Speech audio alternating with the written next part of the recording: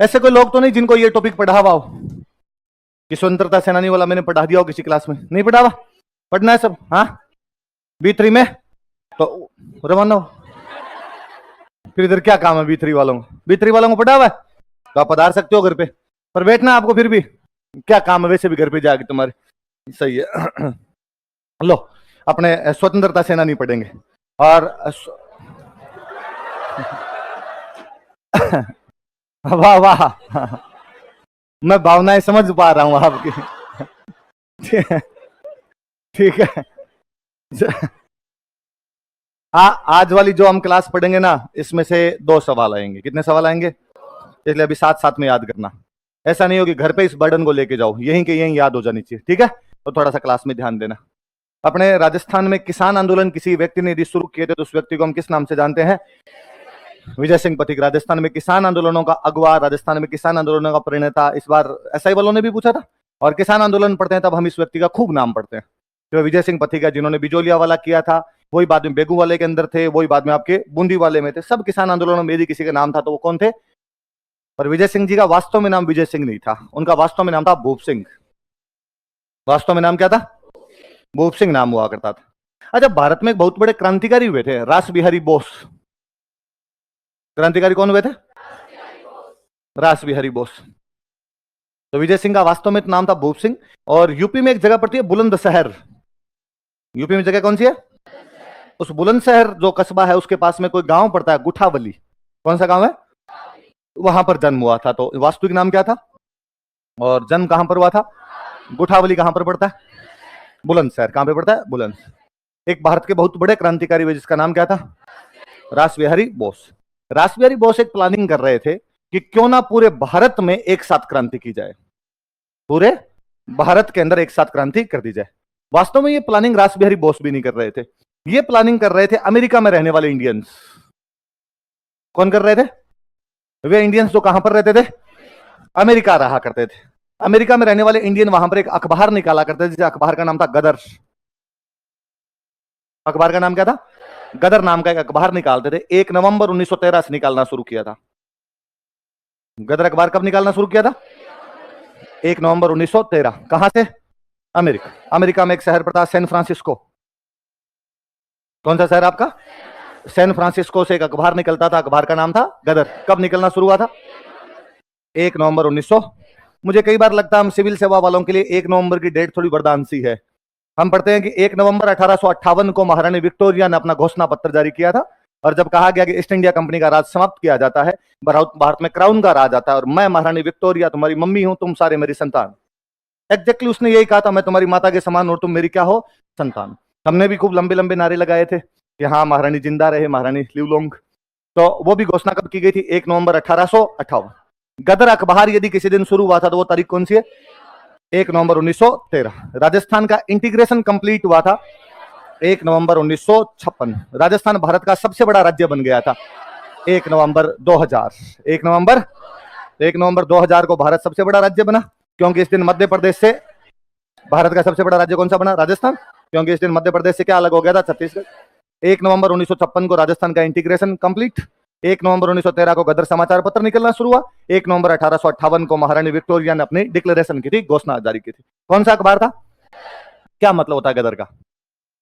विद्रोह, क्रांति या विद्रोह, कुछ ही का तो रिवोल्ट। हालांकि आपने तो गदर एक प्रेम कथा सुनी होगी, पर उसके लिए भी तो गदर करनी पड़ती है ना? बिना गदर के वो भी पार नहीं पड़ती, हेडपंप उखाड़ने पड़ते हैं उसके लिए। इसलिए शायद मूवी का नाम उन्होंने गदर रखा होगा। तो गदर नाम का एक अखबार था। यूएस में रहने वाले इंडियंस थे, इनका ऐसा मानना था कि यार अपने यूएसए में बैठे हैं, और इनको बड़ा दुख हुआ करता था। जो देश से जितना ज्यादा दूर होता है उसमें देश के प्रति उतना अधिक लगाव होता है। इस बात को आप यूं भी लेके देखिए कि जब आप गांव के अंदर रहते हैं तो आप खूब सारे लोगों से लड़ाई करके भी रखते हैं। जब आप गांव से शहर में आते हैं, वहां आपके गांव वाला कोई मिलता है तो आपको बहुत अच्छा लगता है। आप जयपुर में अपने जिले की भाषा भी सुन लेते हैं तो आप तोहते हैं कि बंदा कौन है, अपने जैसी बोलने वाला कौन है। आप यहाँ से बाहर चले जाएंगे, आप यहाँ से बाहर जाएंगे तो वहां आपको कोई इंडियन मिल जाएगा, उसमें भी आपको मजा आएंगे, उसमें लगेगा बड़ा शानदार है। मुझे याद आता है हम रसिया गए थे, एक होटल में खाना खाने के लिए गए। होटल का नाम था ताजमहल। तो हमें लगा ताजमहल नाम है तो होटल इंडिया का होगा। वहां गए तो पता चला कि होटल पाकिस्तानी है। तो भाई अब खाना खाने बैठ गए तो चलो कोई नहीं यार, पाकिस्तानी वाले में खा लेते हैं। अब और कहीं मिल भी नहीं रहा था इंडियन खाना, ये कम से कम इंडियन खाना तो खिला देंगे। तो हमने उसको पूछा। अब वहां जो स्टाफ पूरा लगा हुआ, वो स्टाफ पूरा उज्बेक, सारे के सारे उज्बेक काम करे वहां पर। हमें यह था कि यार कम से कम इंडियन ढाबे के अंदर जाएंगे किसी में तो बोली तो अपनी होगी। अंग्रेजी बोल बोल के कंठ छुल गए मुझ को, अपने वाली बोलने वाला चाहिए। पाकिस्तान वाला पता चला तो पाकिस्तान वालों को हिंदी तो आती है, कम से कम ये बोल लेंगे। वहां एक भी स्टाफ में पाकिस्तानी नहीं, सारा का सारा स्टाफ उज्बेक। हम उससे लड़ लिए मैनेजर से, हमने कहा नहीं एक आधा तो पाकिस्तानी पक्का होगा, मिलवा हमें आज, हम उससे बात करेंगे, देख हमसे अंग्रेजी नहीं बोली जा रही ज्यादा। तो उसने कहा बांग्लादेशी है, मैं उसको ही लिया, कोई नहीं बेटा नहीं तो पोता सही, कोई तो मिले। वो बांग्लादेश आया, वो कोई लड़का वहां पे एमबीबीएस वगैरह कर रहा था रसिया में, तो पार्ट टाइम जॉब करता था वहां पर होटल के अंदर। अब वो कहे कि मेरे को हिंदी समझ में तो आती है पर बोलनी नहीं आती। मगर तू बांग्ला बोल, हम हिंदी बोलेंगे, समझ तो जाएंगे भाषा कम से कम। तेरे को कम से कम कह तो सकते हैं कि मिर्च ज्यादा ला। इन उज्बेक को कैसे समझाएंगे तड़का बहुत यूं फ्राईदार होना चाहिए, स्पाइसी होना चाहिए, इसकी अंग्रेजी भी तो नहीं आ पा रही है हमें। तो वो बांग्लादेशी, फिर हम वापस पेमेंट करने आए थे, हम उन उज्बेक से वापस भिड़े, हमने एक आधा पाकिस्तानी तो होगा उससे तो बात करवाओ। तो उन्होंने कई देर दिमाग लगा, उनको लगा मेरे पेमेंट भी नहीं दे रहे, तो उन्होंने कहा एक रसोईया है वो पाकिस्तानी है, मैं बुलाओ। उस रसोइया को बुलाया, आप मानोगे नहीं, वो आते ही हमारे यूं चिमट चिमट के जफियां पाई थी उसने। दानिश नाम करके एक बंदा था, वो भाईजान खुश करता, आज कितने दिन हो गए कम से कम अपने वाली भाषा तो बोलने को मिली, वरना ये अंग्रेजी नया तो मैं इनकी समझता हूं ना बोल पाता हूं। ये कहते हैं कुछ आगे, मुझे पता चलता रोटियां बनानी होगी तो क्या करना है तो मैं बना देता हूं, बाकी पल्ले नहीं पड़ रही कुछ भी।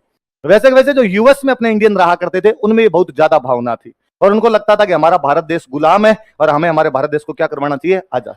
ये ज्यादातर लोग या तो पंजाबी थे या बंगाली थे। ज्यादातर लोग कौन थे, पंजाबी या अभी अपना पूरा पंजाब कनाडा से अमेरिका भरा पड़ा है एकदम, ऑस्ट्रेलिया न्यूजीलैंड सारे के सारे पंजाबी वहां जाने के लिए तैयार बैठे। उस समय भी पंजाबी अपने खूब सारे जाया करते थे।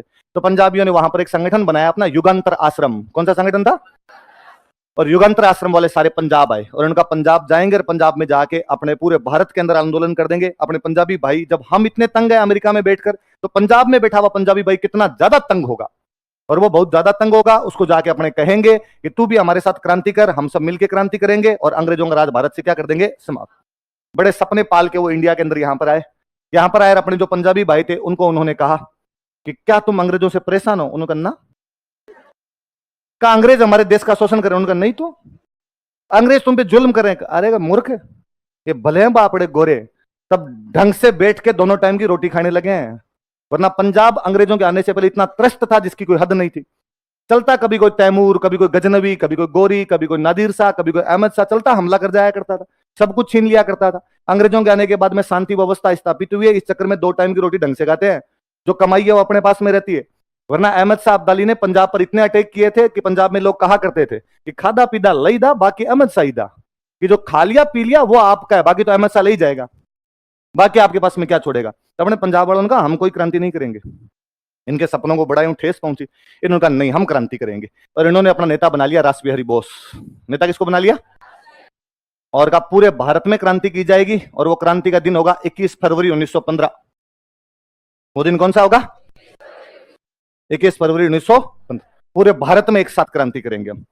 नेता हमारे कौन है, रास बिहारी बोस। जब राजस्थान की जिम्मेदारी किसको दी जाए, तो राजस्थान की जिम्मेदारी एक बंदे को दी गई जिनका नाम था गोपाल सिंह खरवा। क्या नाम था, अपने अजमेर में खरवा नाम की एक जगह पड़ती है, यहाँ के सामंत तो आकर थे गोपाल सिंह। तो गोपाल सिंह खरवा को कहा कि भाई आपके पास राजस्थान की जिम्मेदारी है। फिर रास बिहारी बोस ने कहा मैं एक बंदा और भेज रहा हूं आपके पास, जो ये क्रांति की इन बातें बहुत ढंग से जानता है। वो बंदा भी आ रहा है, उसको अपने सहयोगी के रूप में रख लो। वो बंदा विजय सिंह पथिक थे। वो बंदे कौन थे, तो विजय सिंह पथिक वास्तव में यूपी के रहने वाले थे। यूपी में कौन सी जगह के रहने वाले थे, गुठावली। बुलंदशहर का दो या गांव कौन सा था एग्जैक्टली, गुठावली गांव, या क्या कर दो आप इसको, बुलंदशहर। नाम क्या था, किसके द्वारा राजस्थान में भेजे गए, किसके सहयोगी के रूप में भेजे गए, गोपाल सिंह खरवा के सहयोगी के रूप में यहां पर भेज दिए गए थे। किसके सहयोगी के रूप में, किस दिन क्रांति करनी है अपने को, 21 फरवरी 1900। और ये सब योजनाएं कौन बना रहा है, रास बिहारी बोस योजनाएं बना रहे थे। 21 फरवरी 1915 को पूरे भारत में सशस्त्र क्रांति, आर्म्ड रिवॉल्यूशन करेंगे अपने, और राजस्थान की जिम्मेदारी गोपाल सिंह खरवा के पास है। और गोपाल सिंह खरवा का जो सहयोगी है उस सहयोगी का नाम क्या है, विजय सिंह। लेकिन अपने पंजाब में ये क्रांतिकारी जहां पर भी आगे रुके हुए थे, पंजाब वाले लोगों ने जाके बता दिया पुलिस वालों का हमारे घर 2 है, हमारे 1 आया हुआ है, हमारे घर पे 3 है। इस क्रांति का पहले ही पता चल गया था, सारे के सारे गिरफ्तार कर लिए गए। तो यहां से गोपाल सिंह खरवा को और विजय सिंह पथिक को भी गिरफ्तार कर लिया, और गिरफ्तार करके अजमेर के अंदर एक जेल पड़ती है टोडगढ़। कौन सी जेल है, ये क्रांति करना चाहते थे, लेकिन क्रांति की योजना का क्या हो गया, पर्दाफाश, रिवील हो गई क्रांति की योजना, इसलिए गिरफ्तार करके इनको कहां डाल दिया गया, टोडगढ़ जेल में जब ये गिरफ्तार थे तब इनको पता चला कि यार अपने को फांसी वगैरह लगाई जा सकती है। विजय सिंह पथिक का एक केस में नाम और चल रहा था, कोई फिरोजपुर केस चल रहा था क्रांतिकारी गतिविधियों का, उस फिरोजपुर केस में विजय सिंह पथिक का नाम आ रहा था, तो कहा विजय सिंह पथिक को इसमें फांसी लगाई जा सकती है। तो जेल तोड़ गए ये सारे के सारे, और जेल तोड़ के यहां से फरार हो गए। जेल तोड़ के फरार हुए, भूप सिंह था नाम, बाहर निकल के अपना नाम रखा विजय सिंह। क्या नाम रखा, दाढ़ी बढ़ा के मास्टर जी बन गए थे। अच्छा, एक ना ऐसे शक करने की आवश्यकता नहीं है। एक एक स्कूल खोली थी, जिस स्कूल का नाम था विद्या प्रचारिणी सभा। कौन सी स्कूल खोली थी, चित्तौड़गढ़ के अंदर एक गांव पड़ता है ओछड़ी, चित्तौड़गढ़ में कौन सा गांव था, इस ओछड़ी गांव के अंदर स्कूल खोली थी, उसका नाम क्या था। तो कौन सी जेल तोड़ के भाग गए थे लोग, टोडगढ़ जेल तोड़ के भाग गए थे, कौन से गांव में स्कूल खोली, कौन सी स्कूल खोली, और जब यहाँ ओछड़ी में विद्या प्रचारिणी सभा चला रहे थे तब इनको यहाँ पर आके एक बंदे मिलते हैं जिनका नाम था साधु सीताराम दास। क्या नाम था, और साधु सीताराम दास ने कहा कि बिजोलिया चलिए, आप कहां चलिए। उसके बाद बंदा किसान आंदोलनों में रमा, तो उसके बाद पूरी जिंदगी किस में काट दी थी, अपने किसान आंदोलनों में काट दी थी। आगे समझ में, शुरुआत वाली बात है। तो वास्तविक नाम तो क्या था, भूप सिंह। जन्म कहां पर हुआ था, कोठावली, राजस्थान। किसके द्वारा भेजे गए, रासबिहारी बोस। किसके सहयोगी बना के, गोपाल सिंह खरवा। योजना का पता चल गया, किस दिन क्रांति करनी थी इनको, अजमेर वाले यहाँ जंगलों के अंदर बैठे हुए थे ये लोग, पकड़ा गया और पकड़ के कौन सी जेल में डाल दिया, जेल तोड़ के भाग गए। कौन से गांव में स्कूल खोल ली, ओछड़ी गांव में। कौन सी, विद्या प्रचारिणी सभा खोल ली थी इन्होंने। विद्या प्रचारिणी सभा यहाँ पर कौन से गांव में थी इनकी, ओछड़ी, ओछड़ी के अंदर पड़ती थी। दो बुक्स लिखी है इन्होंने, एक बुक्स का नाम है what are the Indian states. क्या नाम है बुक का, बोलो देखिए बुक का नाम। ज्यादातर इनका मुख्य केंद्र क्रांति का अजमेर ही रहता था इन लोगों का, क्योंकि अजमेर एकमात्र राजस्थान में जगह थी जहां पे अंग्रेजों का राज हुआ करता था। बाकी सब जगह तो कौन हुआ करते थे, राजा महाराजा।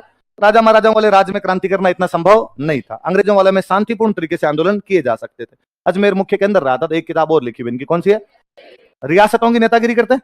भाई राजस्थान एक रियासत ही जो थी अपने आप में, रियासतों की नेतागिरी करते, इसलिए बुक कौन सी लिखी, what are the Indian states. क्या नाम था बुक का। और हम बाकायदा पढ़ते हैं कि जो अखिल भारतीय देशी राज्य लोक परिषद हुआ करती थी, जो 1927 में बॉम्बे में बनी थी, उसके उपाध्यक्ष यही थे। उसके उपाध्यक्ष कौन थे, तो अखिल भारतीय देशी राज्य लोक परिषद किसकी बात करती है, देशी रियासतों की, इंडियन स्टेट्स की तो बात करती है। तो बुक कौन सी लिखी थी, what are the Indian states. क्या नाम है बुक का, दोबारा लो। और एक और बुक का नाम क्या है, अजय मेरू। क्या नाम है, ये सब विजय सिंह पथिक की बातें, ये सारी बातें किसकी है। तो विजय सिंह पथिक का वास्तव में नाम क्या था, भूप सिंह। कौन से गांव में पैदा हुए थे, कोठावली। कौन से गांव में थे, कोठा। कहां पे पड़ता है, यूपी, बुलंदशहर यूपी। और राजस्थान में किसके द्वारा भेजे गए, किसके सहयोगी के रूप में। किस दिन क्रांति करनी थी इनको, 21 फरवरी 1915। क्रांति का पता चल गया तो इनको गिरफ्तार किया गया, गिरफ्तार करके टोडगढ़ जेल तोड़ के भाग के नाम चेंज करके क्या कर लिया, विजय सिंह। और कौन से गांव में स्कूल खोली, ओछड़ी। स्कूल का नाम क्या था, विद्या का प्रचार करेंगे तो नाम क्या हो गया स्कूल का, विद्या प्रचारिणी सभा। और दो बुक्स लिखी थी, कौन कौन सी है, what are the Indian states और अजय मेरू। दोबारा बताओ देखिए नाम। ये ध्यान रखना है विजय सिंह पथिक कौन सी जेल में यहां पर बंद किया गया था, विजय सिंह पथिक को किसके द्वारा भेजा गया था, याद रहेगी बात। तो मुझे याद आता है एक बार क्वेश्चन था भाई, विजय सिंह पथिक किसके द्वारा राजस्थान में प्लांट किए गए थे, किसके द्वारा भेजे गए थे, रासबिहारी बोस, है ना। अच्छा, अगले एक बंदे जिनका नाम है अर्जुन लाल सेठी। क्या नाम है, अर्जुन लाल सेठी। अपने जयपुर के अंदर एक ठिकाना पड़ा करता था चोमू। कौन सा ठिकाना था, और यहाँ चोमू के ठाकुर साहब हुआ करते थे देवी सिंह। क्या नाम था, उनके सचिव का काम करते थे, कई दिन उनके सेक्रेटरी का काम किया था। बाद में वो काम तो छोड़ दिया। अपने जयपुर के अंदर एक राजा हुआ करते थे माधो सिंह सेकंड। राजा कौन थे, माधो सिंह सेकंड पढ़ते हैं अपने, बब्बर शेर। किस नाम से जाना जाता है इसे, बब्बर शेर के नाम से जाना जाता है, जो अपनी 9 दासियों के लिए 9 एक जैसे महल बनवा देता है, वो जो माधो सिंह सेकंड थे। तो माधो सिंह सेकंड ने इनको कहा कि आप अर्जुन लाल जी पढ़े लिखे आदमी हो। तब इलाहाबाद यूनिवर्सिटी से बीए कर रखी थी इन्होंने। कौन सी यूनिवर्सिटी से बीए कर रखी थी, इलाहाबाद। अपने जितने भी कॉलेज हुआ करते थे, अपनी यूनिवर्सिटी कौन सी लगती थी, इलाहाबाद। तब तक अपने यहाँ राजस्थान में यूनिवर्सिटी नहीं होती थी, अपनी यूनिवर्सिटी कौन सी लगती, कॉलेज तो था अपने महाराजा, कॉलेज था कौन सा था अपना, महाराज। लेकिन महाराजा कॉलेज से यदि कोई ग्रेजुएशन करता था, यूनिवर्सिटी कौन सी लगती थी उसके, इलाहाबाद यूनिवर्सिटी। इलाहाबाद यूनिवर्सिटी से बीए किए हुए थे, तब बीए किए हुए लोग कम ही हुआ करते थे। तो सवाई माधो सिंह सेकंड ने इनको कहा कि यार आप मेरे दीवान जी बन जाओ। क्या बन जाओ, मेरे दीवान, मतलब प्रधानमंत्री टाइप का पद, यार वित्त मंत्री प्रधानमंत्री टाइप का पद हुआ करता था, आप मेरे दीवान जी बन जाओ। तो अर्जुन लाल जी का एक डायलॉग है, वो याद रख लेना, यदि अर्जुन लाल नौकरी करेगा तो अंग्रेजों को देश से बाहर कौन निकालेगा, यदि अर्जुन लाल नौकरी करेगा तो अंग्रेजों को देश से बाहर। तो माधव सिंह जी का फिर ये कर लो, एक काम तो कर लिया था ना कम से कम, तो फिर आप किसको बाहर निकाल लो, अंग्रेज। तो आप ध्यान रखना, कोई ये स्टेटमेंट देगा आपको कि यदि मैं फिर खालिस्तान नौकरी करूंगा तो अंग्रेजों को देश से बाहर कौन निकालूंगा, खालिस्तान भरिए। अर्जुन लाल सेठ। किसको ये जवाब दिया था? कहां के राजा थे? इससे पहले कौन से ठिकाने में काम करते? चौमू ठिकाने में काम करते। अब ये सारे क्रांतिकारी जितने थे ना, सब मार साहब थे। जितने क्रांतिकारी थे सारे के सारे कौन थे? इनको पता था कि टाबरों को बनाया जा सकता है, ऐसे है ना, क्रांतिकारी बनाया जा सकता है। तो इन्होंने एक शिक्षा समिति बनाई, जैन शिक्षा प्रचारक समिति। कौन सी बनाई? जैन थे ये खुद, जैन थे तो एक जैन शिक्षा प्रचारक समिति बना ली। कब बनाई थी? 1905।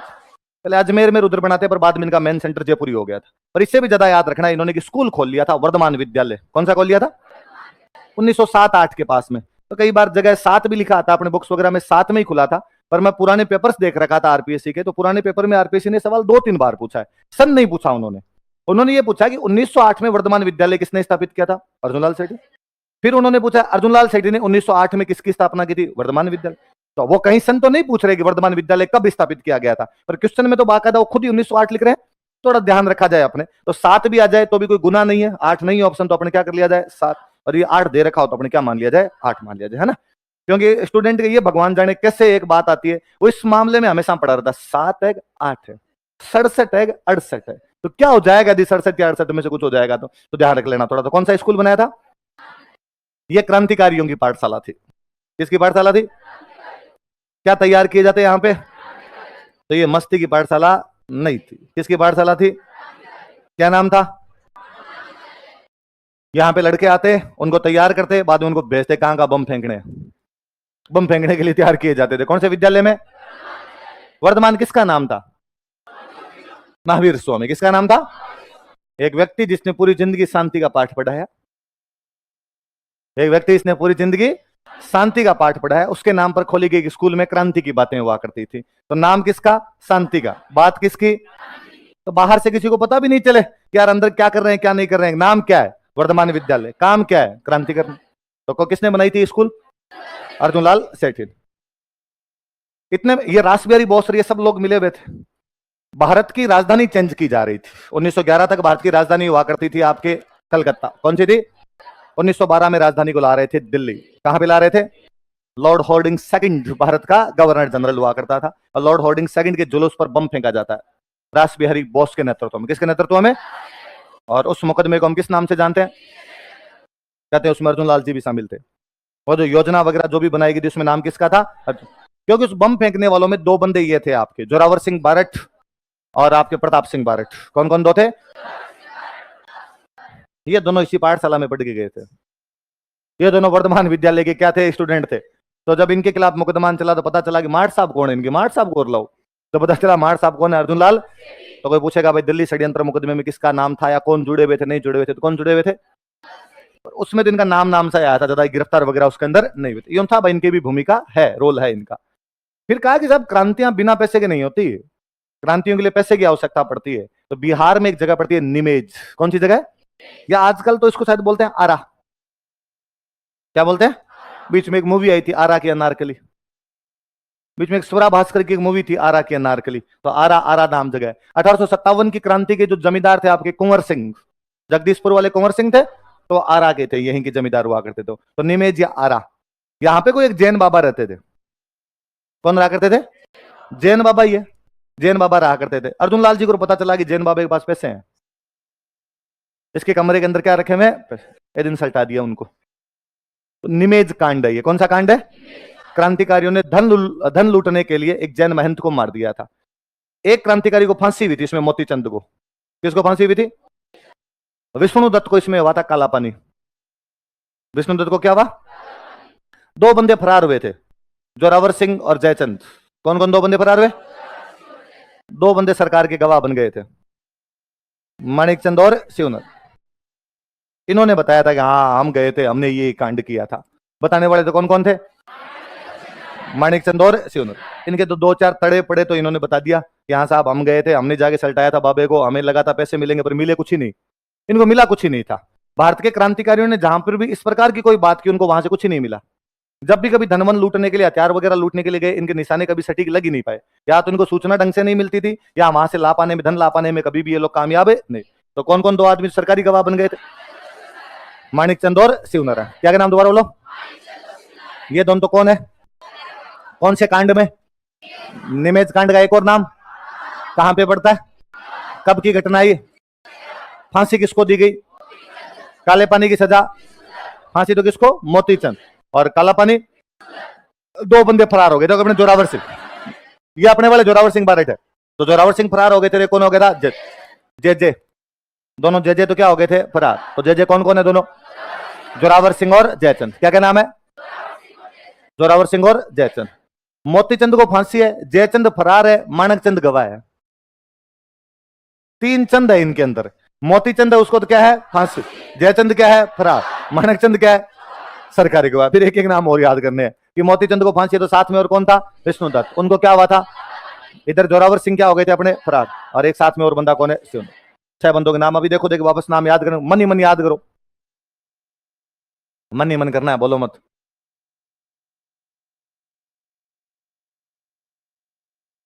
अब बिना इधर देखे बोलो, फांसी किसको हुई? काले पानी की सजा। फरार कौन कौन हो गए? जोरावर सिंह और जयचंद। सरकारी के गवाह कौन कौन? माणिक चंद और, याद रह जाएगा। अब भाई अर्जुन लाल जी इस मुकदमे में पकड़े गए। ये तो सारे पकड़े गए थे, साथ में कौन पकड़े गए थे? अर्जुन लाल। निमेज कांड है तो अर्जुन लाल जी का, पर साथ में ये लोग भी पकड़े गए थे। अर्जुन लाल जी को भी पकड़ा। अर्जुन लाल जी को पकड़ के साउथ इंडिया में एक जेल पड़ती है वेल्लूर। कौन सी जेल पड़ती है? वेल्लूर जेल भेजा गया था। कहां भेजा गया था? विजय सिंह पथिक गिरफ्तार करके कहां डाले गए थे? टोडगढ़। ये पकड़ के कहां पे डाले गए थे? वेल्लूर। कौन सी जेल थी? साउथ इंडिया में, कर्नाटका के पास में वेल्लूर पड़ता है, सॉरी मद्रास के पास में वेल्लूर पड़ता है, वहां पर इनको भेज दिया गया था। कौन सी जेल में? 1919 के आसपास वहां से रिहा हुए। कहते हैं ये जब रिहा हुए तो इनका स्वागत करने के लिए गए थे बाल गंगाधर तिलक। स्वागत करने के लिए कौन गए थे? इसका मतलब बंदे में दम तो था कि तिलक तो आगे ढोल नगाड़े लेके पहुंच गए थे कि बाहर कौन आए हैं? अर्जुन लाल। भाई अर्जुन लाल सेठी के जेल से रिहा होने पर हार्दिक बधाई। ये समाचार किसने छपवाए थे? बाल गंगाधर। आजकल छपवाते हैं लोग, आजकल जेल से कोई गुंडा वुंडा बाहर आता है तो लोग छपवाते हैं कि भाई के बाहर आने पर हार्दिक बधाई हो। तो वैसे भाई के बाहर आने पर ये बधाइयां कौन दे रहा था वहां पे अपने? तो तिलक खुद भी तो भाई थे। ऐसे कांड तिलक कई कर जाया करते थे। तो तिलक ने कहा ये बड़ा आदमी एकदम सही है, वेल्लूर जेल से आया तो मैं इनका क्या करूंगा? स्वागत करूंगा। अच्छा, बंदा आ गया वहां से, छोड़ छाड़ के आ गया। बाद में कहा भाई अब क्या किया जाए? तो फिर जेल में जाने के बाद में सबको बुद्धि आई जाती थी, और बाद में सबका एक ही तरीका बचता था, गांधीवादी। कौन सा तरीका था? इनको समझ में आ गया था कि डोकरे की कुछ नहीं होता। अंग्रेज जेल में लेके भी जाते हैं तो कहते हैं स्वास्थ्य संबंधी कारणों से 2 साल बाद रिहा कर दिए गए। मतलब इधर जुकाम आई, उधर गांधी जी बाहर। तो इनके समझ में आ गई कि भाई ठीक है, अपने तो कौन से तरीके से करेंगे? गांधी। तो गांधी जी के असहयोग आंदोलन में कूद गए। 19 में छूट गए, 20 में असहयोग आंदोलन चल रहा था का बापू के साथ में। लेकिन इन कांग्रेस वालों से ज्यादा अर्जुन लाल सेठी की बनी नहीं, बननी बंद हो गई। तो बाद में अजमेर आके अपने एक स्कूल में पढ़ाने लग गए थे। सारे मार साहब है, पहले पढ़ाते थे, पढ़ाते पढ़ाते बच्चों को उधर क्रांति के भेजते थे, क्रांति में जेल गए, वापस आके भी क्या करने लगे थे? पढ़ाए। इस बार अजमेर की एक दरगाह में पढ़ाते थे, अरबी फारसी। क्या पढ़ाया करते थे? अरबी फारसी पढ़ाते अजमेर की एक दरगाह के अंदर। दोनों लैंग्वेज आती थी, मतलब विद्वान आदमी तो है। कहां पढ़ाते थे? अजमेर की एक दरगाह के अंदर। क्या पढ़ाया करते थे? अरबी फारसी पढ़ाते। 2 बंदे, एक बंदा का नाम है अशफाकुल्ला खान। कौन है? काकोरी केस का फरार बंदा था। कौन से केस में फरार बंदा था? मैं अभी बता दूंगा काकोरी केस क्या था। एक बीकानेर के थे शौकत उस्मानी। क्या नाम था? मेरठ केस के फरार बंदे थे। कौन से केस में फरार बंदे थे? मेरठ केस में। अशफाकुल्ला खान तो काकोरी वाले कांड में थे। काकोरी कांड क्या था कि लखनऊ के पास में एक स्टेशन पड़ता है काकोरी, वही इनको पता चला कि धन है, सरकार की गाड़ी जा रही है, ट्रेन जा रही है, ट्रेन के अंदर क्या है? धन। अपने लूट लेते हैं। मिला कुछ भी नहीं था, कुछ ही नहीं मिला था। रास बिहारी उसमें, सॉरी, 4 क्रांतिकारियों को उसके अंदर फांसी की सजा हुई थी। राम प्रसाद बिस्मिल, अशफाकुल्ला खान, रोशन सिंह और राजेंद्र लाहिड़ी। कौन कौन 4 बंदे बोलो देखे? राम प्रसाद बिस्मिल, अशफाकुल्ला खान, राजेंद्र लाहिड़ी और रोशन सिंह। हम पढ़ेंगे आगे, मैं मॉडर्न इंडिया की क्लास और लूंगा क्रांतिकारियों वाली, तब और बता दूंगा। उस मामले में एक बंदा लंबे टाइम तक फरार चला था। कौन फरार चले थे? कि अशफाकुल्ला खान को फरारी कटवाने का किसी ने काम किया था, तो अर्जुन लाल सेठी जहां जयपुर के अंदर रखा था। बांद्रो बुड्ढो, जहां पर गुलाटी मारने को नहीं बोला। बंदा बूढ़ा हो गया था लेकिन क्रांति करना तो अभी तक नहीं बोला। क्रांतिकारियों से कांटेक्ट तो पड़े थे। अशफाकुल्ला खान इधर भाग के आए तो कहा भाई कहां रुकूं, अंग्रेज पीछे पड़े हुए हैं। तो जयपुर में अपने घर में रोक लिया था कुछ दिन तक। ऐसे कि मेरठ के अंदर 31 साम्यवादी थे। कितने साम्यवादी थे? 31 साम्यवादी कम्युनिस्ट थे। वो कम्युनिस्ट अंग्रेजों के खिलाफ तख्ता पलट करने की कोशिश कर रहे थे। उन कम्युनिस्टों के अंदर एक बंदा था, उसका नाम क्या था? शौकत उस्मानी। कई केसों में नाम था, कानपुर वाले केस में नाम था, मेरठ वाले केस के अंदर इनका नाम था। तो इन शौकत उस्मानी को भी यहां पर फरारी कटवाई थी। तो कौन कौन से दो नेताओं को फरारी कटवाई थी? अशफाकुल्ला खान को और शौकत। अशफाकुल्ला खान का नाम आपने ज्यादा ध्यान रखना कि कौन से क्रांतिकारी को फरारी कटवाते हैं। तो किसको कटवाते हैं? अशफाकुल्ला खान। कौन से केस का था? फाइनली क्या पढ़ा? अजमेर की दरगाह में क्या पढ़ाते थे? यहीं फिर मर गए थे। तो कहते हैं पर गांधी जी अजमेर आए थे। गांधी जी अजमेर आए थे और गांधी जी को पता चला कि सेठी जी जो आजकल अजमेर के अंदर रहते हैं, तो गांधी जी इनसे मुलाकात करने के लिए गए थे। गांधी जी चला के गए, सेठी जी नहीं आए मिलने के लिए। बापू ने कहा मैं जाऊंगा, सेठी जी सीनियर आदमी है। तो गांधी जी से भी सीनियर आदमी कौन था? अर्जुन लाल सेठी। तो तिलक ने तो किया था स्वागत। गांधी जी अजमेर यात्रा के दौरान मिलने के लिए गए थे। कोई पूछेगा गांधी जी जब अजमेर आए तो राजस्थान के फ्रीडम फाइटर से मिलने के लिए उसके घर चले गए थे, वो कौन थे? अर्जुन लाल सेठी। कहा भी क्या वापस आ जाओ, आंदोलनों के अंदर आ जाओगे? ना ना, अब बात नहीं पड़ेगी, आप जानो, आपका काम जाने। अपने मार्ट साहब वाला काम ही ठीक है। मैं तो आजकल बुक्स लिखता हूँ, और 2 बुक्स लिखी थी, स्त्री मुक्ति और शूद्र मुक्ति। कौन कौन सी 2 बुक्स है? स्त्री मुक्ति और उन दिनों में मुक्ति की आवश्यकता 2 लोगों को थी, या तो शूद्रों को मुक्ति चाहिए थी या किसको मुक्ति चाहिए थी? 2 की स्थिति खराब थी, या तो शूद्रों की स्थिति खराब थी या स्त्रियों। इन्होंने दोनों को मैं मुक्त करवाऊंगा। क्या क्या नाम रखा?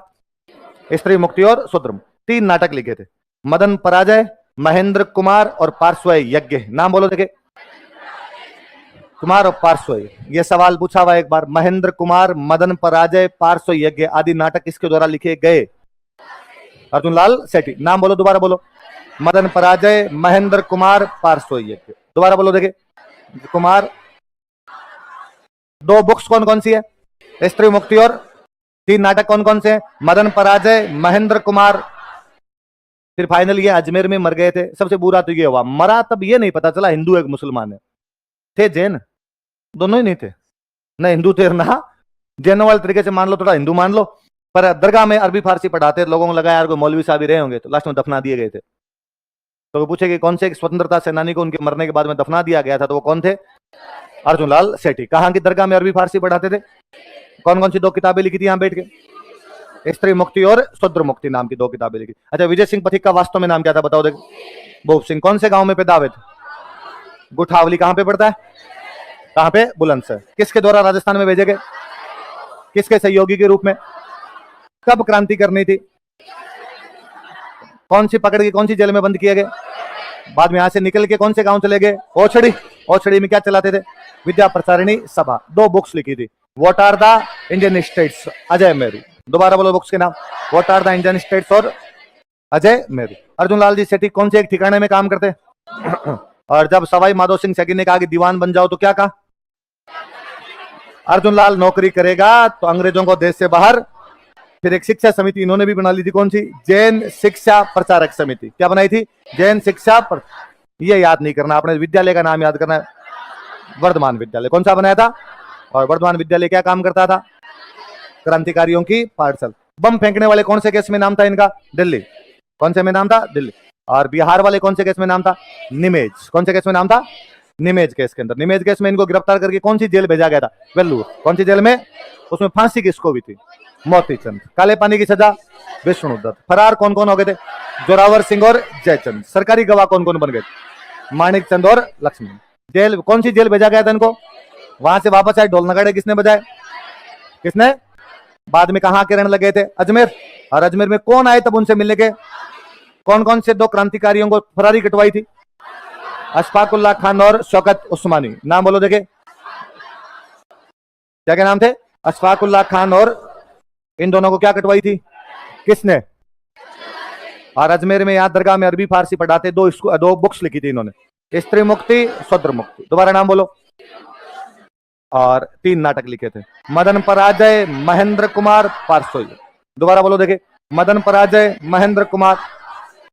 कौन कौन से? मदन कुमार, पार्श्वय। याद रह जाएंगे?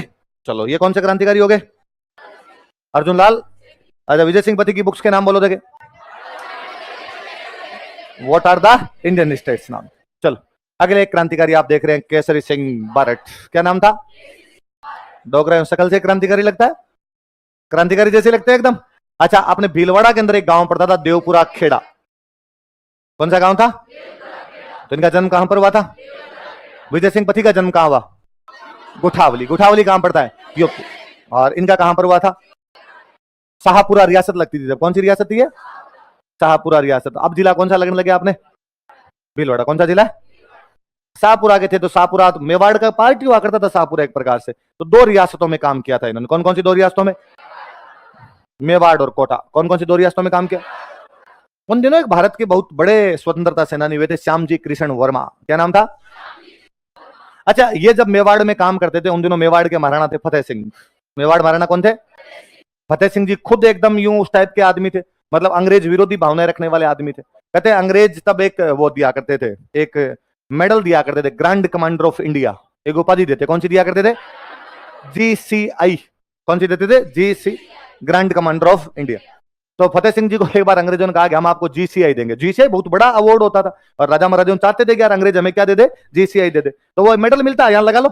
आर्मी वाले नहीं लगा के रखते हैं, बिल्ले बिल्ले बिल्ले बिल्ले से लगा के रखते हैं, तो वो लगा लिया जाए।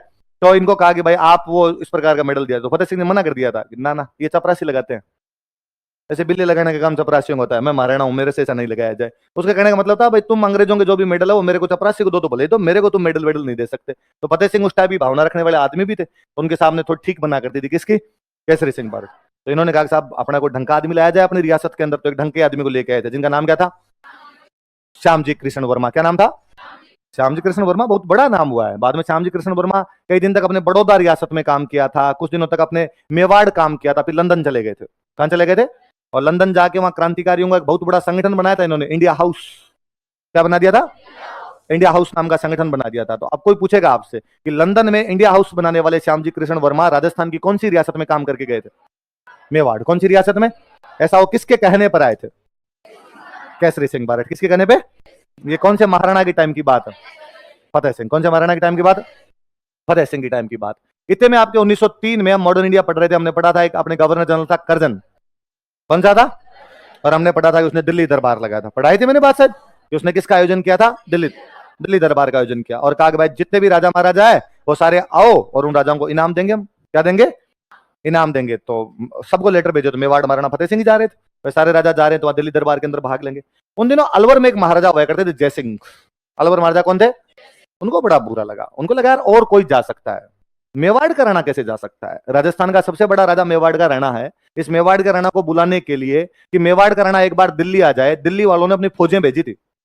कभी अकबर फौजें लेके आया, कभी कोई इल्तुतमिश फौजें लेके आया, कभी कोई अलाउद्दीन खिलजी फौजें लेके आया कि एक बार मेवाड़ का राणा दिल्ली आके हमसे संधि कर ले, हमारी अधीनता मान ले। लेकिन फिर भी मेवाड़ का राणा कभी दिल्ली तो, और जयसिंह जी को लगा कि यार अब मेवाड़ के राणा यूं तैयार हो गए दिल्ली जाने के लिए। तो जयसिंह यहाँ जयपुर आए, केसरी सिंह भारत को जयपुर बुलाया और बुलाकर यार केसरी सिंह जी यार आपके होते हुए मेवाड़ राणा जी दिल्ली जाएंगे? नहीं नहीं, ये नहीं हो सकता। हिंदुआ सूरज दिल्ली जाके लॉर्ड कर्जन के दरबार में बैठेगा, ऐसे कैसे संभव हो सकता है? तो कहा क्या किया जाए? तो यार कवि हो आप, चारण हो, आप कुछ नहीं करोगे तो कौन करेगा कोई? तो उन्होंने कहा ठीक है मैं दोहे लिखता हूं। मैं क्या लिखता हूं? तो 13 दोहे लिखे थे। कितने दोहे लिखे थे? जिनको हम बोलते हैं चेतावनी राज चुंगटिया। क्या बोलते हैं? चेतावनी रा चुंगटिया। सब जानते हो? आप में से कौन कौन से लोग हैं जो नहीं जानते चुंगटिया क्या होता है? जो नहीं जानते इनके पड़ोसी इनको एहसास करवाए। अभी अभी हाथों हाथ जो जो पड़ोस में बैठे हैं जोर जोर से, ताकि इनको पता चले कि चूंटिया नाम की भी कोई चीज होती है। नहीं क्या ऐसे कभी खिंचो देखा हाथ, इसको क्या बोलते हो? चूंटिया। भाई चूंटिया को इन्होंने थोड़ा नाम क्या दे दिया? चुंगटिया। क्या नाम दे दिया? और ये यूं खींचते हैं तो दर्द होता है, चेतावनी मिल रही हो शरीर को, तो उन दोहों के अंदर भी वैसा ही दर्द हो रहा था, इसलिए उन दोहों को क्या बोलते हैं? चेतावनी राज चुंगटिया। कितने दोहे थे? किसको देने हैं? मेवाड़ महाराणा फतेह। किसने लिखे थे?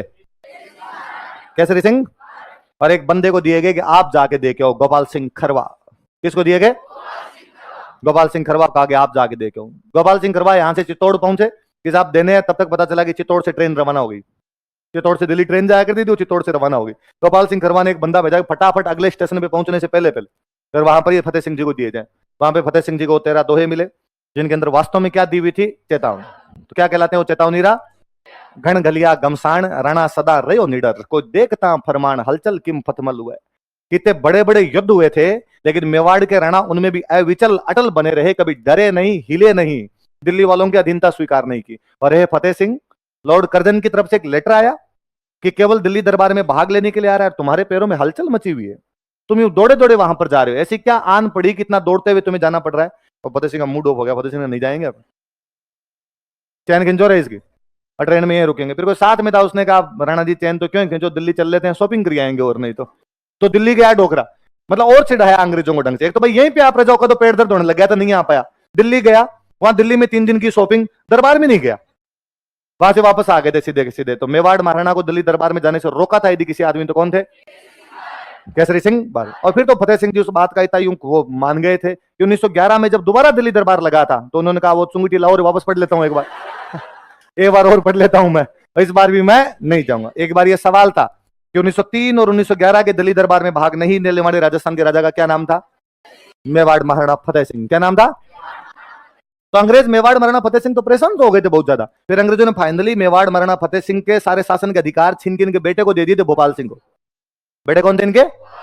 भोपाल सिंह की अंग्रेजों के साथ ट्यूनिंग तो ठीक थी, तो उन्होंने कहा फतेह सिंह जी आपको देखो अब बुजुर्ग हो गए हो, अब सारे अधिकार युवराज को दे दिए जाने चाहिए। और युवराज को भी लगा कि अपने को मिल रहे हैं, ठीक ही है। तो युवराज ने कहा मुझे दे दो तो ठीक रहेगा थोड़ा। तो शासन के अधिकार ही बाद में किसको दिए गए थे? भोपाल सिंह को। तो किससे छीन के दिए गए थे? फतेह सिंह से छीन के दे दिए गए थे। तो फतेह सिंह जी बड़ा याद रखना भाई, इन्होंने फतेह सिंह को कितने दोहे लिख के भेजे थे? उन दोहों को क्या कहा जाता है? किसने लिख के भेजे थे? तो पहले तो मेवाड़ रियासत में कौन से क्रांतिकारी को लेके आ गए थे? श्यामजी कृष्ण वर्मा। जन्म कौन से गांव में हुआ था? देवपुरा खेड़ा कहां पड़ता है? शाहपुरा भीलवाड़ा। दोनों याद रखना, शाहपुरा भीलवाड़ा दोनों याद रखना ना। फिर यहां से कोटा चले गए थे। कहां पर चले गए थे? कोटा चले गए। और गजब इंटेलिजेंट आदमी थे यार। वहां कोटा जाने के बाद में एथनोग्राफी पर काम करना शुरू कर दिया था। एथनोग्राफी मतलब मानव शास्त्र, मानव की उत्पत्ति कैसे हुई, मानव की जातियां कितनी, मानव की प्रजातियां कैसी, ऐसा कोई डिपार्टमेंट था। वो सोच भी सकता है ऐसे डिपार्टमेंट में यार केसरी सिंह बारट टाइप का एक कवि आदमी है, वो क्या काम करता होगा, लेकिन वहां पर काम किया था, उस पर काम किया था। तो वहां पर एक पद मिला था इनको, सुपरिटेंडेंट एथनोग्राफी। कौन सा पद था? Superintendent ethnography. कोई पूछेगा कि इनमें से कौन से फ्रीडम फाइटर ने सुपरिटेंडेंट एथनोग्राफी के पद पर कार्य किया था? केसरी सिंह बारट। कौन सी रियासत में कर रहे थे? कौन सी रियासत में? कोटा। पर बंदे का जीव इन कामों में लगता ही नहीं था, जीव उन कामों में ज्यादा लगता, क्रांति टाइप की बातों में ज्यादा लगता। रास बिहारी बोस के उनके पूरे कॉन्टेक्ट के अंदर थे एकदम। रास बिहारी बोस, एक रास बिहारी बोस के सहयोगी हुआ करते थे, अमीर चंद। क्या नाम था? हम पढ़ते दिल्ली षड्यंत्र केस में 4 लोगों को फांसी लगी थी, अमीर चंद, अवध बिहारी, बाल मुकुंद और बसंत कुमार। पढ़ते हैं? तो उन अमीर चंद के उनके कॉन्टेक्ट में थे। श्यामजी कृष्ण वर्मा के कॉन्टेक्ट में थे। श्यामजी कृष्ण वर्मा के एक सहयोगी हुआ करते थे वीर सावरकर। कौन हुआ करते थे? वीर सावरकर ने एक संगठन बना रखा था, अभिनव भारत। कौन सा बना रखा था? जिसका प्रतीक चिन्ह विजय स्तंभ था। जिसका प्रतीक चिन्ह क्या था? उस अभिनव भारत की राजस्थान की जो ब्रांच बनाई गई थी उसका नाम था वीर भारत सभा। क्या नाम था? 1910 में। कब बनाई गई थी? तो क्या है ये? अभिनव भारत की प्रांतीय शाखा। अभिनव भारत की राजस्थान शाखा का दूं? कोई कहेगा अभिनव भारत को राजस्थान में किस नाम से जाना जाता था? तो किस नाम से? कब बनाई गई? किसके द्वारा बनाई गई? केसरी सिंह बारट। कौन से गांव में पैदा हुए? कौन कौन सी 2 रियासतों में काम किया? मेवाड़ और कोटा। मेवाड़ के अंदर कौन से क्रांतिकारी को लाए थे? श्यामजी कृष्ण वर्मा। कौन से राणा जी को दिल्ली जाने से रोका था? कितने दोहे लिख के भेजे, जिनको क्या बोलते हैं? चेतावनीरा चुंगटिया नाम। कौन से दरबार, कौन से सन की बात हो? किसका दरबार था? Lord Curzon. किसका दरबार था? और बाद में 1911 वाले में भी भागे। 1911 वाला वो जिसमें जॉर्ज पंचम और मेरी आए हुए थे, पढ़ते हैं अपने। अब वही का साहब क्रांति करनी है अपने को, तो क्रांति करने के लिए एक संगठन बना लिया गया। कौन सा बना लिया? वीर भारत सभा। कब बना लिया? 1900। ये सारे साथ में थे, अर्जुन लाल सेठी, विजय सिंह पथिक, ये भी इसमें सहयोगी थे। पर मुख्य बंदा जो था वो कौन थे आपके? मैं पुराने पेपर देख रहा था तो मैं देख रहा था 2 बार सवाल पूछा गया, दोनों बार केसरी सिंह बारट के नाम से पूछा हुआ है। दोनों बार किसके नाम से पूछा हुआ है? और एक बार तो आरपीसी वालों ने और ही गजब किया था। वास्तव में तो इसमें केसरी सिंह बारट के साथ में अर्जुन लाल सेठी और विजय सिंह पथिक दोनों और थे। कौन कौन थे? केसरी सिंह बारट भी थे, अर्जुन लाल सेठी भी थे और विजय सिंह पथिक। उन्होंने एक बार क्वेश्चन पूछा कि वीर भारत सभा की स्थापना किसने की? फिर उन्होंने नीचे लिखा 1907 में अर्जुन लाल सेठी ने, 1908 में विजय सिंह पथिक ने, फिर कोई एक लिख दिया 1912 में माणिकलाल वर्मा ने, 1910 में केसरी सिंह बारट ने। 1910 में केसरी सिंह। हालांकि स्टूडेंट कंफ्यूज हो सकता है कि यार विजय सिंह पथिक और अर्जुन लाल सेठी भी तो साथ में थे, पर वो सन वाला मैच कराते तो वो 1910 किस में आ रहा था? केवल और केवल केसरी सिंह बारट। तो कौन सी एक संगठन बनाई थी? वीर भारत सभा। किसकी प्रांतीय शाखा थी? अभिनव भारत। ओरिजिनली किसका संगठन था? वीर सावरकर का। और उसकी राजस्थान शाखा कौन सी थी अपने? क्रांति के लिए पैसे थे। चवन्नी बिना कुछ ही नहीं हो, पावली चाहिए, बिना पावली की कुछ ही नहीं हो। तो आप पैसे तो कहां से लिए जाए? पता चला कि रामसनई संप्रदाय था। रामसनई संप्रदाय, रामसनई संप्रदाय के एक बाबा जी थे प्यारेलाल। क्या नाम था? तो प्यारेलाल जी एक काम और करते थे, रिश्ते करवाते, सगाइयां करवाया करते। प्यारेलाल जी बाबा था, इधर उधर घूमता, सगाइयां करवा देता। जोधपुर के थे। कहां के? तो तब केसरी सिंह जी कोटा काम करते थे। कोटा में कौन से पद पे काम कर रहे थे? सुपरिटेंडेंट एथिनोग्राफी। कौन से पद पे? सुपरिटेंडेंट एथिनोग्राफी के पद पे काम कर रहे थे। और वहां बुलाया प्यारेलाल जी को, वहां बुलाया और प्यारेलाल जी को कहा कि प्यारेलाल जी, कोटा में राजकुमारी है और उसकी सगाई आप जोधपुर के राजकुमार के साथ करवा दो। आप तो सगाइयां करवाने का काम करते हो, ढंग की सगाई करवाओगे तो बिचौलिए बनोगे तो ढंगा मिल जाएगा सामान आपको। भाई ढंगा उधर इधर से भी रुपए मिलेंगे, उधर से भी रुपए मिलेंगे, खातरदारी होगी, नाम होगा कि साहब रजवाड़ों की सगाइयां करवाने का काम कौन करता है? प्यारेलाल जी अपने संदूक लेकर कोटा। प्यारेलाल जी ने कहा हाँ भाई करवा दूंगा सगाई। तो कहा एक बार रुको, 2-4 दिन आते हैं करते हैं, हम बताते हैं राजा से जाके क्या बात करनी है क्या बात नहीं करनी है। इनको पक्का पता था कि संदूक में पैसे हैं। संदूक में क्या है? बाबे को एक कमरे के अंदर रुकवाया था कि बाबा संदूक कभी तो खुली रही जाएगी, नाने वाने जाएगा तब। बाबा पूरा ध्यान रखे, एकदम संदूक के ताला लगा के रखे। संदूक खोले भी तब जब आसपास में कोई नहीं हो तो डाउट ज्यादा, इसका मतलब माल भयंकर है बाबे के पास। इसलिए बाबा 1 मिनट भी संदूक को खाली नहीं छोड़ता है। एक दिन कहा बाबा ऐसे तो देखो बाहर निकलेगा नहीं, न ताला खुला छोड़ के जाएगा। बाबे को सलटाओ, जब नाम ही प्यारे लाल है तो क्यों ना भगवान को प्यारा कर दिया जाए। एक दिन बाबे को सलटा दिया, तोड़ो संदूक, धन ही धन मिलेगा। कुछ ही नहीं मिला। भगवान जाने बाबे का क्या जीव था अंदर कि बाबा उस संदूक को इतना संभाल के रखता था, बाकी उसमें था कुछ भी।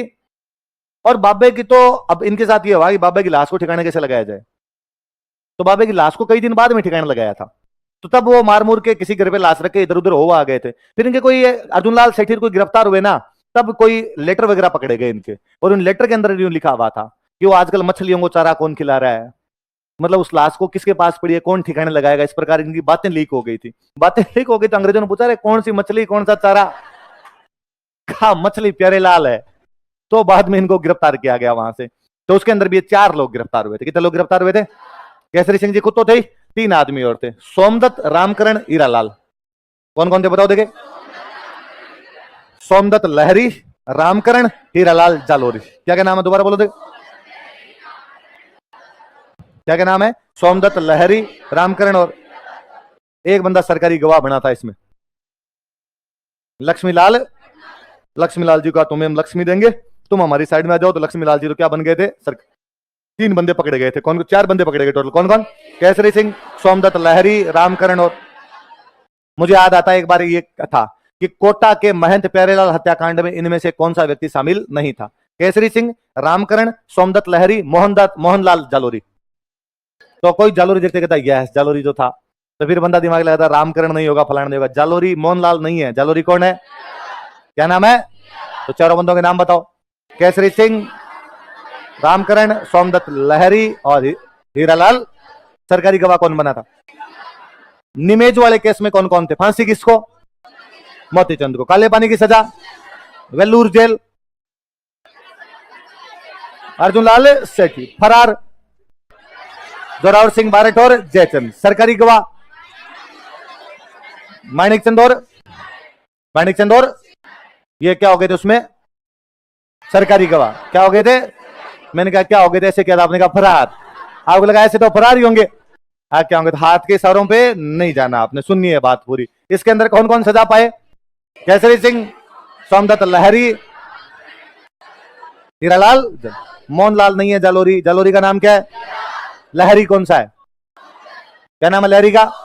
सोमदत्त लहरी। 2 तो याद रह जाएंगे, केसरी सिंह और रामकरण। क्या क्या नाम है? केसरी सिंह और लहरी, जालोरी, लक्ष्मीलाल। ये क्या हो गया था? सरकारी गवाह। क्या हो गया था? मैंने इस बार इतना ही किया था, ऐसे नहीं किया पूरा। आप पता नहीं क्यों बोलते हो ऐसे। और इनको भेजा गया था हजारीबाग जेल। कौन सी जेल भेजा गया? विजय सिंह बदिक, केसरी अर्जुन लाल सेठी और ये आपके कौन सी जेल में?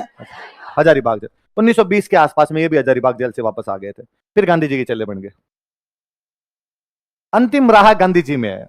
अंतिम राह कहां जाती है?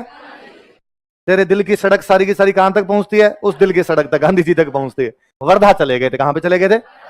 वहां गांधी जी के पास वहीं जाके रहने लगे थे। तो बाद में तो एकदम शांतिपूर्ण टाइप का जीवन बिताया था। इनके भाई थे जोरावर सिंह बारट। भाई कौन थे? बेटे थे प्रताप सिंह बारट और जवाई थे ईश्वरदान आसिया। जवाई का नाम क्या था? रास बिहारी बोस कहते हैं। कौन कहता है?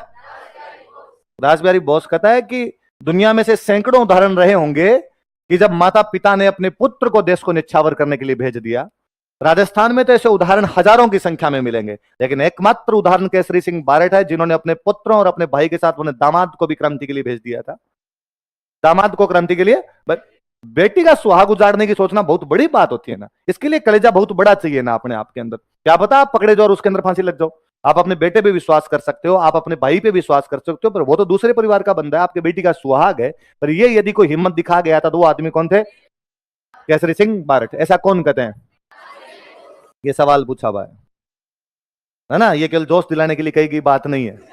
आप लोगों की सर नहीं हो, हमें दोस्त दिलाया ना, ये क्या पूछा हुआ है कि वह व्यक्ति कौन था, या सवाल यह था कि यह किसने कहा था कि केसरी सिंह बारट ने न केवल अपने पुत्रों तथा भाइयों को बल्कि अपने दामाद को भी देश के लिए न्यौछावर करने के लिए भेज दिया था। वो बंदे कौन थे? ये बात किसके बारे में कही गई?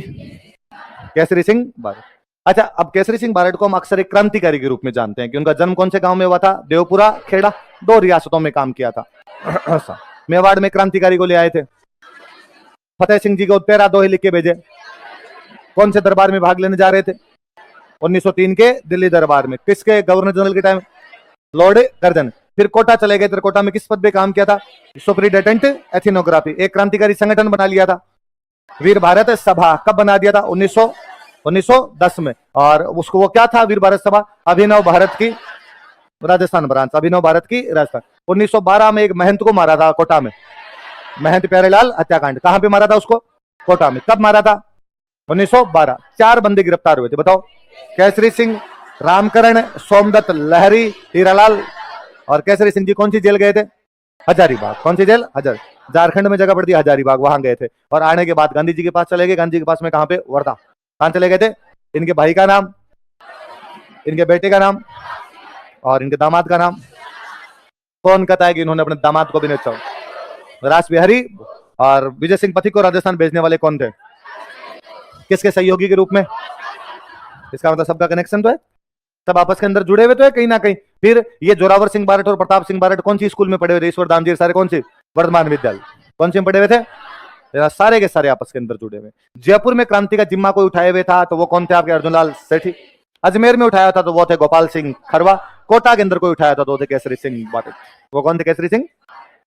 अच्छा, केसरी सिंह बारट का एक रूप तो मैंने आपको वो बताया, सुपरिटेंडेंट एथिनोग्राफी वाला, यार मानव शास्त्र नरजातीयता पर बात करने वाले बंदे थे। फिर एक बड़ी जोरदार किताब लिखी, अक्षर स्वरूप रिशोध। कौन सी किताब लिखी थी? अक्षर कैसे बना है, शब्द कैसे बने हैं, भाषा कैसी बनी है। कवि थे तो इन चीजों पे तो चर्चा की जा सकती है। तो कौन सी एक बुक लिखी थी? अक्षर स्वरूप रिशोध।